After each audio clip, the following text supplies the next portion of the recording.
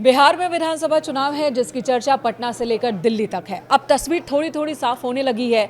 महागठबंधन की बात करें तो मुख्यमंत्री कौन होगा उनका, यानी कि चेहरा कौन, उसका भी जवाब मिल गया। एक साझा प्रेस कॉन्फ्रेंस हुई जिसमें लगभग 2 दर्जन नेता मौजूद थे और वहां अनाउंसमेंट हुई तेजस्वी यादव के नाम की, जिसकी उम्मीद पहले से ही थी। और इसी मुद्दे पर बिहार की राजनीति, महागठबंधन की परिस्थिति, एनडीए कितनी चुनौती, इन मुद्दों पर बात करेंगे और साथ ही साथ उत्तर प्रदेश की सियासत पर भी चर्चा होगी। इस वक्त हमारे साथ कांग्रेस के पूर्व प्रदेश अध्यक्ष मौजूद हैं, अजय कुमार लल्लू जी। नमस्कार। बहुत बहुत स्वागत है सर आपका। धन्यवाद। और देखिए, फिलहाल इनके पास ओडिशा की जिम्मेदारी भी है, यूपी की जिम्मेदारी संभाल चुके हैं, इन दोनों के बीच में है बिहार। तो बात की शुरुआत वहीं से करते हैं, है ना। बिहार में महागठबंधन की जो खटपट थी, जो परेशानी थी, तेजस्वी यादव के नाम के अनाउंसमेंट के साथ, क्या मान ले कि सब परेशानी खत्म? किस तरह का खटपट? ये तो एक फितूर था, हाँ, जो लगातार चर्चाओं में विषय बना हुआ था। कोई दिक्कत नहीं थी। लेकिन पहले से स्पष्ट था कि हम लोग महागठबंधन में हैं। और कांग्रेस पार्टी, अभी आपने देखा वोट अधिकार यात्रा आदरणीय राहुल गांधी जी के नेतृत्व में सड़कों पर निकली, तो उसमें तो सब साथ थे, चाहे वो आदरणीय तेजस्वी जी हो, चाहे आदरणीय दीपदास जी हों या मुकेश साहनी जी हों, भट्टाचार्य जी, सभी लोग तो साथ में थे। दीपांकर भट्टाचार्य टाइम जी। क्यों लग गया तेजस्वी को सीएम चेहरा घोषित करने में, और इतना टाइम क्यों लग गया? देखिए, हर चीज का एक समय सुनिश्चित है। हाँ। और समय अनुसार सारी चीजें सामने आती है। अब आप अगर ये कहेंगी कि पर्चा दाखिला जो है पिछले दिनों शुरू हुआ था, तो उसके पहले क्यों नहीं पर्चा दाखिला शुरू हो गया? तो चुनाव आयोग ने एक टाइम फिक्स किया है ना, कि फला तारीख से पर्चा दाखिला होगा, फला 6 तारीख को वोटिंग होगा, 11 तारीख को वोटिंग होगा, 2 चरणों में चुनाव होगा।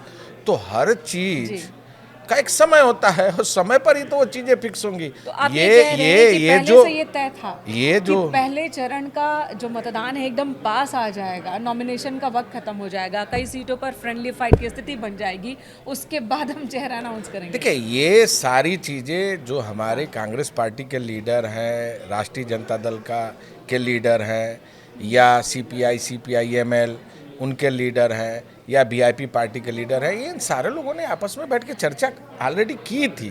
अच्छा। कि कब हमको टिकट अनाउंस करना है, कब हमें औपचारिक सीएम का फेस घोषणा करना है, या हमारा मुख्य मुद्दा और एजेंडा बिहार में क्या होगा, पलायन, बेरोजगारी या कानून व्यवस्था, जो भी चीजें होंगी उन पहलुओं पर हम धीरे धीरे आगे बढ़ते जाएंगे। अभी तो हमारा मैनिफेस्टो भी आएगा। तो कृष्णा अल्लावरू जी से क्यों नाराज गया? अशोक गहलोत जी ने क्यों कहा कि उन्होंने सब गड़बड़ कर दी, और आज की प्रेस कॉन्फ्रेंस में एक शब्द नहीं कहने दिया उन्हें, कृष्णा को, जो प्रभारी है बिहार के? मैंने तो ये कहीं नहीं सुना कि आदरणीय अशोक गहलोत जी ने ये कह दिया हो कि कृष्णा अल्लावरू जी ने गड़बड़ी की।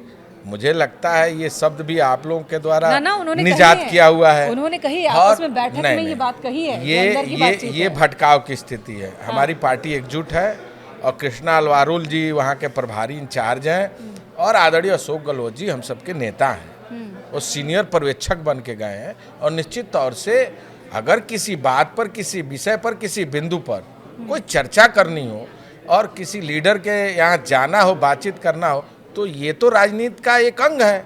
और अगर आप इसको दूसरे नज़र से देखते हैं तो सबके अपने अपने नज़र से देखने की बात होती है। एनडीए का खेमा ये कह रहा है कि देखिए, इनकी खटपट, तेजस्वी पटना से दिल्ली आते हैं राहुल गांधी से मिलने के लिए, मुलाकात होती नहीं है, वापस जाना पड़ जाता है उन्हें, और फिर वहाँ अशोक गहलोत को एंट्री लेनी पड़ती है चीज़ों को संभालने के लिए, गुप्त बातचीत होती है बंद कमरे में। वो डील क्या हुई है? पहले तो एनडीए से ये पूछिए कि उनका सीएम चेहरा कौन है जी। अमित शाह जी बता दें। पूछा हमने, वो क्लियर कर रहे हैं कि नीतीश जी का ही चेहरा है, उन्हीं पर चुनाव लड़ रहे हैं। नहीं, फिर दो बातें नहीं होनी चाहिए। ये स्पष्ट होना चाहिए। सीएम का चेहरा कौन है? उन्होंने कहा कि हम चुनाव लड़ेंगे, लेकिन विधायक दल की बैठक के बाद तय करेंगे कि सीएम का चेहरा कौन होगा। अच्छा, ये बात की ही बात हो रही है तो उधर पप्पू यादव हैं, निर्दलीय हैं वो, लेकिन कांग्रेस की तरफ से बैटिंग करते हैं ऐसा लगता है। वो कह रहे हैं कि देखिए, तेजस्वी को भले ही चेहरा बना दीजिए, वोट तो आपको राहुल गांधी के नाम पर ही मिलेगा। देखिए, तो थोड़ा अजीब सा नहीं है? मैं समझता हूं कि आदरणीय पप्पू यादव जी ने पूरी तरह कांग्रेस के साथ अपनी पार्टी का विलय किया है। तो आप उनको ये नहीं कह सकती निर्दल तो चुनाव जीते हैं, लेकिन कांग्रेस समर्थित है तो आप उनको कांग्रेस और का कांग्रेस समर्थित हैं। सारे मीटिंगों में भी बैठ रहे हैं, आप देख रही हैं। जो बातें आप कह रही हैं कि पप्पू यादव जी ने ऐसा कहा, पप्पू यादव जी ने स्पष्ट तौर से कहा कि महागठबंधन चुनाव लड़ने जा रही है और महागठबंधन के नेतृत्व में हम बिहार जीतने जा रहे हैं। एक तस्वीर आज सुबह से वायरल है, वो तस्वीर है प्रेस कॉन्फ्रेंस के पहले की, जिसमें तेजस्वी की फोटो बहुत बड़ी है, साझा प्रेस कॉन्फ्रेंस है, तारीख और समय है, लेकिन किसी और भी दल के नेता की एक भी तस्वीर नहीं है। उस पर बहुत विवाद हुआ। मैं समझता हूं कि मैंने सुना कि अंदर भी हुआ। आपने उस पर पता नहीं देखा कि नहीं, हाथ का पंजा का भी चिन्ह था, हंसुआ बाली का भी चिन्ह था, राष्ट्रीय जनता दल का भी चिन्ह था। हाँ, लेकिन देखा कि चेहरा नहीं पप्पू यादव का ही देखा था कि नहीं देखा था? तेजस्वी जी का। मुख्यमंत्री की घोषणा होनी थी, चेहरा तो उन्हीं का होगा। मतलब वो संयुक्त प्रेस कॉन्फ्रेंस कम आरजेडी की पीसी ज्यादा लग रही थी। नहीं नहीं नहीं, ये देखिए, आपके जितने सवाल हैं ना, हाँ। वो इंडिया गठबंधन से हैं, एनडीए से नहीं। नहीं, एनडीए के नेता होंगे, एनडीए से पूछिए ना कि उन्होंने अनंत सिंह को क्यों खड़ा किया। एनडीए के नेता होंगे, हम एनडीए से पूछेंगे, लेकिन अभी मैं पूछ रहा हूँ कि अनंत सिंह को क्यों खड़ा किया, जो अपराधी है। एनडीए से पूछिए ना कि पप्पू पाड़े को क्यों खड़ा किया। एनडीए से पूछिए ना कि भाई जो लोग ऐसे लोगों को लाकर पार्टी में, तो आपसे भी तो सवाल पूछेंगे कि सूरज भान की पत्नी को आप क्यों तवज्जो दे रहे हैं? सवाल ये है कि राजनीतिक चर्चा में आप किसी की कमियां जब निकालने चलेंगे ना, तो आपको केवल कमियां दिखाई देंगी, लेकिन उसका अच्छा चीज भी देखिए।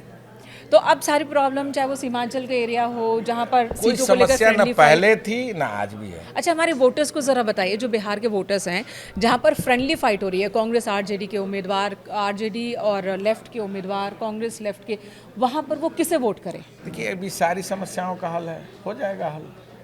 कोई वापस लेने वाला है कदम? देखिए, अभी तो बातचीत चल रही है, अभी तो टाइम है ना जी, थोड़ा इंतजार कीजिए। तो अब तो नामांकन वापस लेने की तारीख अभी चल रही है, अभी तो केवल पर्चा चेकिंग हुआ है, उसके बाद अभी नामांकन के डेट वापस लेने के समय है। एक तो हो जाएगा, सब सेटल हो जाएगा, पता नहीं, अभी देखिए एक दिन में।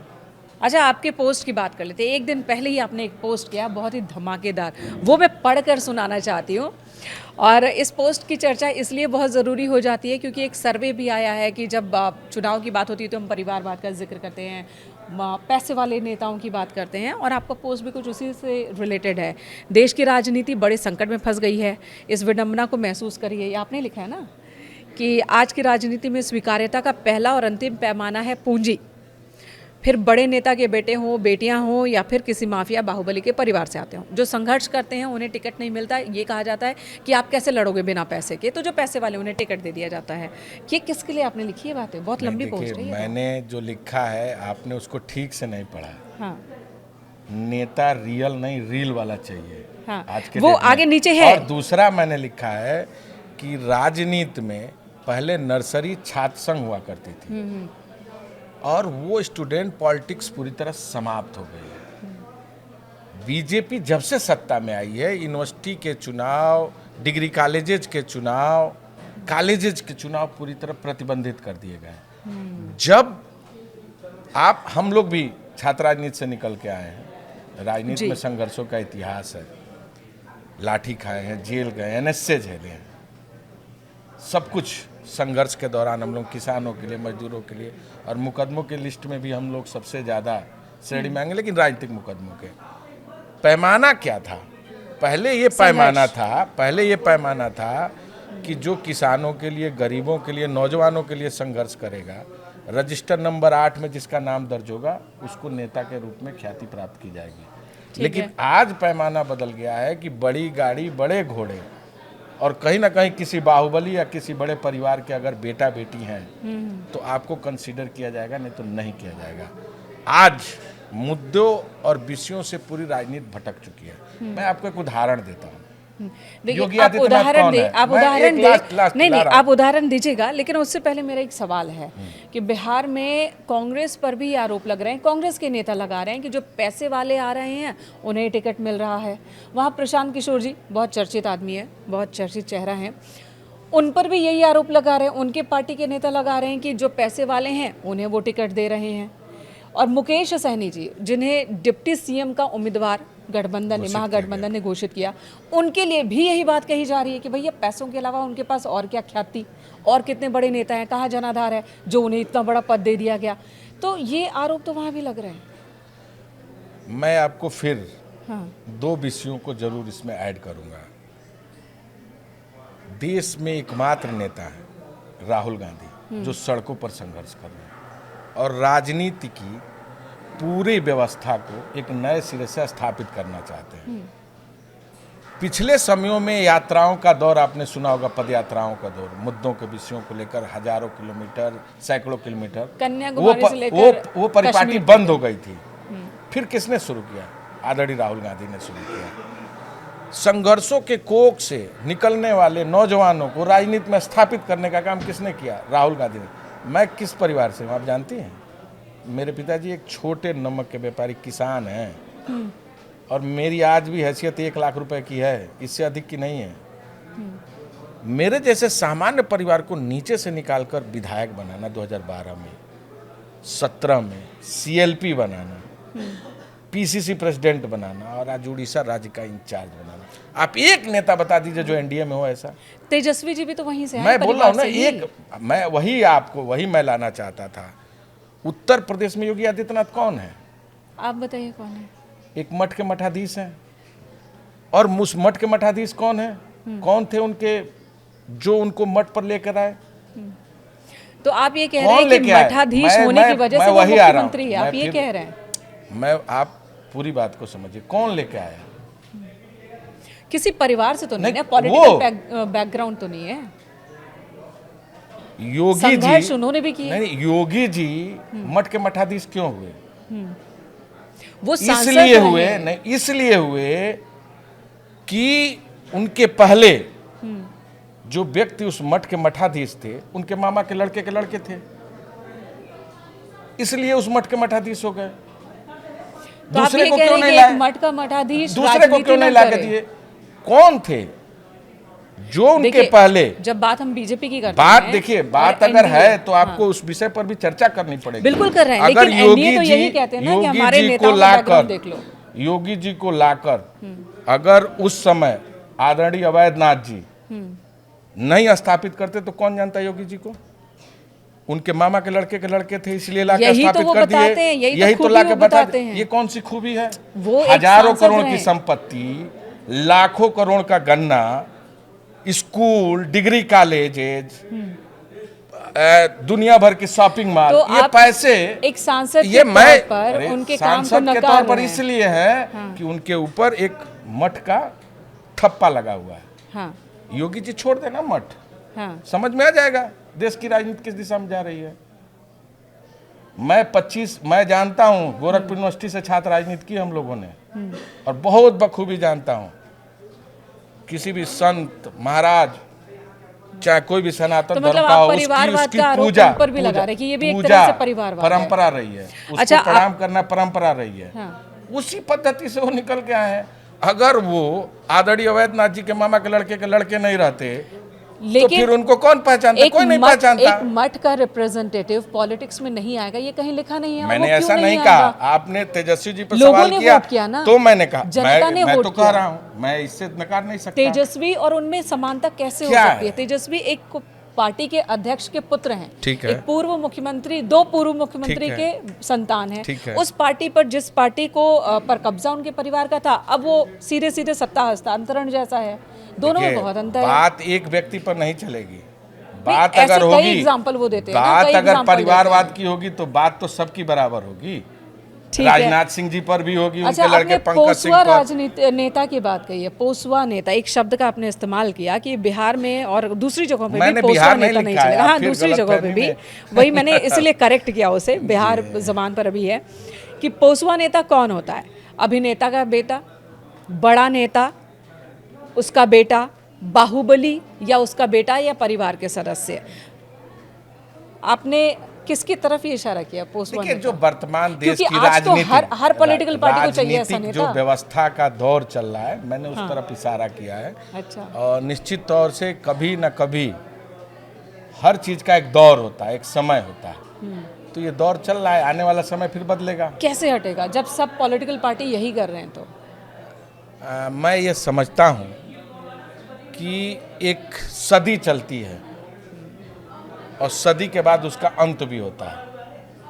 फिर तो संघर्ष धनबली वाले बाबू नेताओं का दौर आएंगे, आएगा। आएंगे। जिस तरह राहुल जी सड़कों पर निकले हैं, आने वाला दौर उन्हीं का है।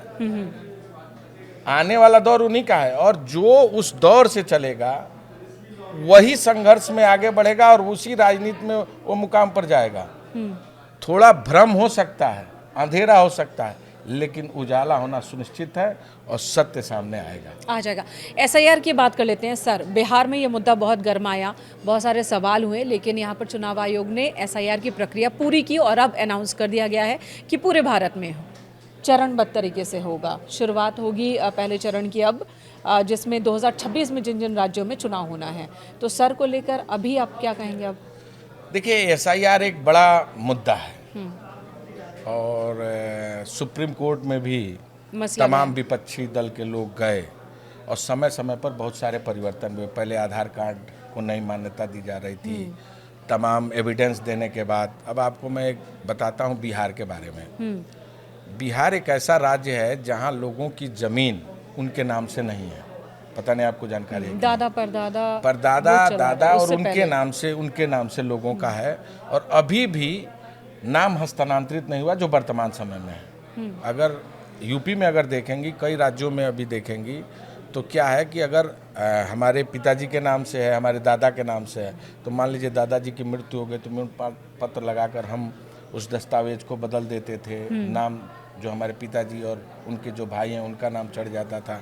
लेकिन ये बिहार में प्रक्रिया ही नहीं थी। तो उस समय लोग क्या साक्ष्य लेके जाते जब उनसे ज़मीन का कागज़ मांगा जाता, उनसे परिवार रजिस्टर का नकल मांगा जाता, उनसे तमाम पुराने उदाहरण मांगे जा रहे थे। लेकिन अब तो हो तो गया ना ये प्रक्रिया में अभी बदलाव, अभी और सारे प्रक्रियाओं में बदलाव की जरूरत है। एसआईआर में जो कानूनी रूप से अभी चुनौतीपूर्ण है और न्यायालय में भी अभी चर्चा विचाराधीन है।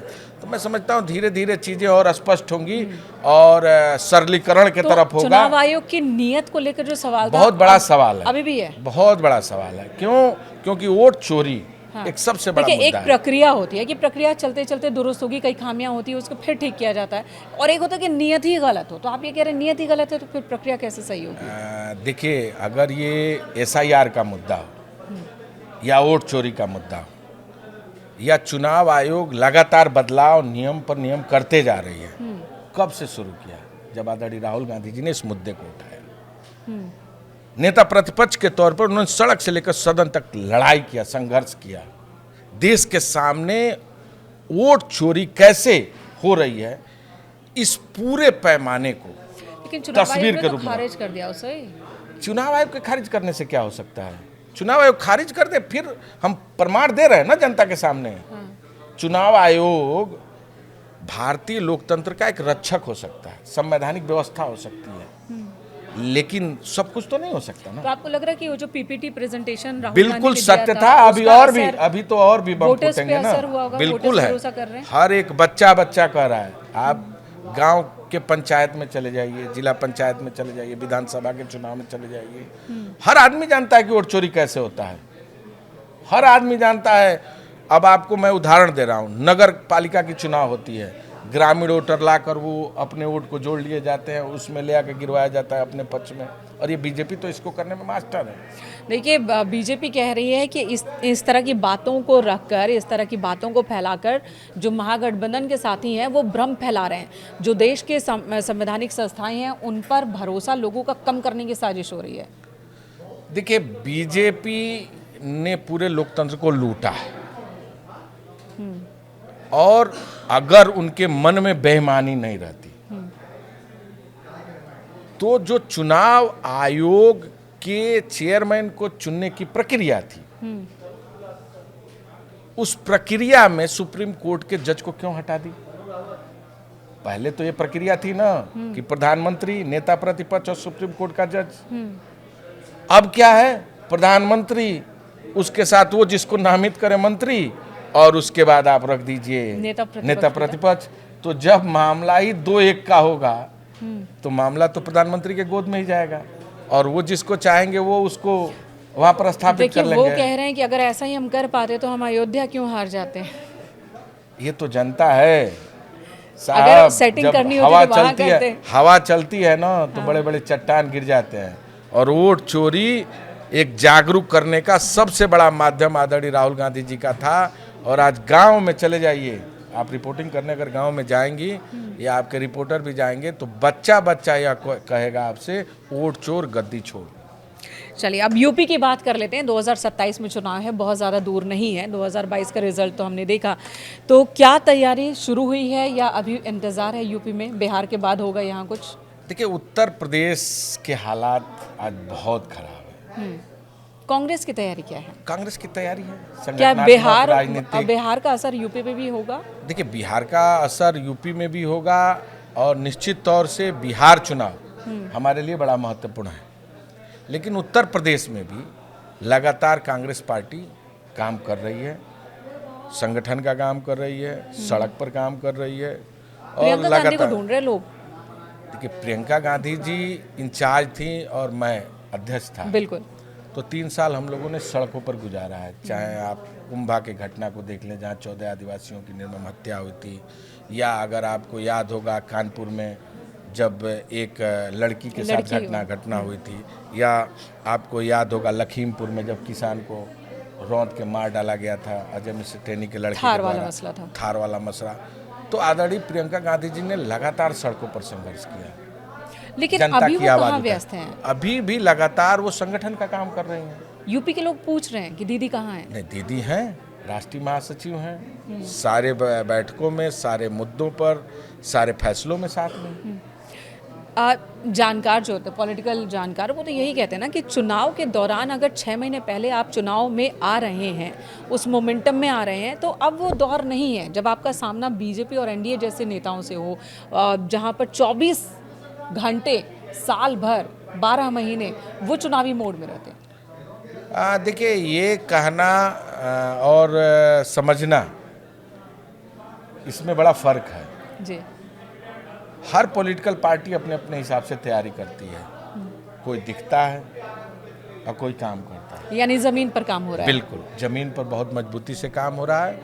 और निश्चित तौर से जी 2027 में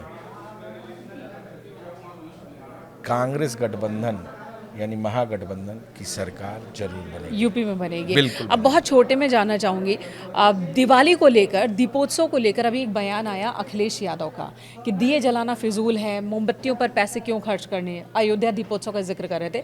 वो कह रहे थे क्रिसमस देखिए, एक बार लाइट्स जलती हैं और महीनों रोशन रहती हैं। कहीं बेवजह का बयान नहीं है ये। कहीं ऐसा बयान हो तो जरा मुझे भी उन्होंने दिखाइए। खुद कहा, प्रेस कॉन्फ्रेंस में बात कही है, प्रेस कॉन्फ्रेंस में कही है, सबने देखी है। ये गलतफहमी में आप नकार रहे हैं। आप गलतफहमी नहीं, ये अखिलेश यादव के बयान है, प्रेस कॉन्फ्रेंस में कही है। उन्होंने दिए का जिक्र किया है उन्होंने स्पष्ट रूप से कहा है कि इससे भी ज्यादा खुशियां हम कुम्हारों को देंगे। उन्होंने स्पष्ट तौर से कहा है कि मैं उनके शब्द बताती हूँ, मैं सर्च करूंगी, सर्च में मैं बोल रहा हूँ ना, अजय जी मैं बड़ा स्पष्ट हूँ। उन्होंने कहा प्रभु श्री राम के नाम पर मैं ये संदेश देता हूँ, वैसे तो देना नहीं चाहिए, लेकिन प्रभु श्री राम के नाम पर मैं ये संदेश देता हूँ कि दियों पर, मोमबत्तियों पर खर्च क्यों करना, दिमाग क्यों लगाना। क्रिसमस पर देखिए रोशनी होती है, पूरी दुनिया जगमगाती है, महीनों बिल्कुल नहीं कहा है ये। निश्चित तौर अयोध्या में 200 करोड़ का घोटाला हुआ है नगर निगम में। आपने कभी चर्चा की? आप क्या कह रहे हैं? एआई वीडियो पूछ रहा हूं, बताइए ना। अयोध्या में नगर निगम में 200 करोड़ का घोटाला, उसकी चर्चा की? अयोध्या में जमीन घोटाले में बड़े बड़े अधिकारियों का नाम आया, उसकी भी चर्चा हुई है, लेकिन ये बयान बेवजह नहीं, कभी नहीं हुई। मैं बड़ा स्पष्ट हूं कि आदरणीय अखिलेश यादव जी ने ऐसे शब्द नहीं कहे हैं, और उन शब्दों को तमाम लोग तोड़ मरोड़ के जैसे पेश कर दें। ये ठीक है, चलिए, आप कह रहे तो मैं मान लेती हूँ कि आपको लगा नहीं कि कुछ गलत उन्होंने कहा। प्रमोद कृष्णम जी आजकल बहुत हमलावर है, कांग्रेस का वो हाथ थामे हुए थे, जब से अलग हुए हैं बहुत जहर उगल रहे हैं। मुझे तो इस बात का अफसोस है। नहीं, वो अंदर की मैं वही बोल रहा हूँ कि आज भी मीडिया उनका नाम लिखती है प्रमोद कृष्णन, नीचे लिखती है पूर्व कांग्रेसी नेता। भैया वो ऑलरेडी भाजपा में जा चुके हैं, तो भाजपा नेता क्यों नहीं लिखते हैं आप लोग? और कौन है प्रमोद कृष्णन, क्या है वो? एक आंदोलन का जिक्र कर दीजिए जो संघर्ष किए हो। कांग्रेस पार्टी ने तो उनको बहुत कुछ दिया था।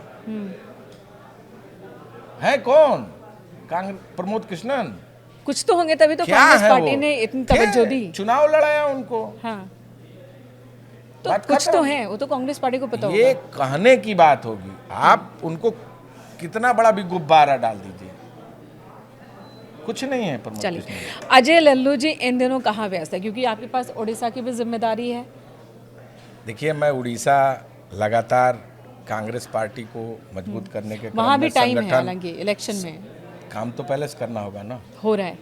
और बहुत मजबूती से हो रहा है। आपको ये जानकर आश्चर्य होगा कि उड़ीसा ऐसा राज्य है जहाँ मुख्यमंत्री ने खुद सदन में बयान दिया था 1 साल पहले कि 34,000 से अधिक महिलाएं गायब है। गायब हैं। ये बाकायदे रिपोर्ट है। 6 साल 7 साल की बच्चियां जो सरकारी हॉस्टल में वो बच्चा पैदा कर रही हैं, इस तरह की घटनाएं सामने आई थी। 6 में 7 में पढ़ने वाली लड़कियां, और इतना भयानक तस्वीर था जिसको लेकर हम लोगों ने मूवमेंट किया, लाठियां खाए, जेल गए हमारे कार्यकर्ता, संघर्ष किए सड़कों पर, संगठन में भी लगातार काम हो तो रहा है। आंदोलन चल रहा है तो वहाँ। निश्चित तौर से आने वाले दिनों में, और उड़ीसा एक ऐसा राज्य है जहां वहां पर बैकवर्ड को 1% शैक्षणिक आरक्षण नहीं है, शिक्षा में 1% आरक्षण नहीं है, जबकि 27% का पैमाना है। तो इन सभी विषयों को लेकर हम लोग लगातार सड़कों पर संघर्ष कर रहे हैं, और उड़ीसा कांग्रेस आज ठीक स्थिति में है। नोआपाड़ा का चुनाव, एक उपचुनाव चल रहा है, आप देखिएगा, फिर हम आपसे मिलेंगे, हम जीतने जा रहे हैं। एक विधानसभा जो बीजेटी के पास थी, हम जीतने जा रहे हैं। बहुत बहुत शुभकामनाएं इसके लिए Thank you. आपको, और नतीजे आपके हिसाब से, आपकी उम्मीदों के हिसाब से आए, यही उम्मीद रहेगी। और जनता जनार्दन अपने विवेक से मताधिकार का इस्तेमाल करे। तो बिहार इलेक्शन में भी बहुत कुछ आगे होने वाला, आप ये कह रहे हैं।